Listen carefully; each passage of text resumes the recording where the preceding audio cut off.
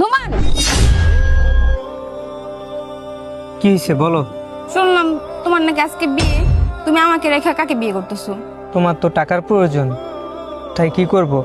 পরিশেষে ফ্যামিলি যেটা দায়িত্ব নিল আমার সেটাই করতে হইতেছে। তাদের পছন্দেই আমি বিয়ে করতেছি। তোমার তো দরকার টাকা, আর আমি তো টাকা ইনকাম করতে পারি নাই, তাই হয়তোবা তোমাকে বিয়ে করতে পারলাম না। দেখো রোমান, বাহানা দিও না। প্রতিটা মানুষের সুখের জন্য টাকা প্রয়োজন, মানলাম। আর আমি তো তোমাকে 1 বছর সময় দিয়েছি প্রতিষ্ঠিত হওয়ার জন্য। তার প্রতিদান এটা দিলা, আমাদের 8 বছরের রিলেশনশিপ। তুমি কেমনে পারলা আমাকে রেখে অন্য মেয়েকে বিয়ে করতে? কেন বললে তুমি আমার সাথে এরকম?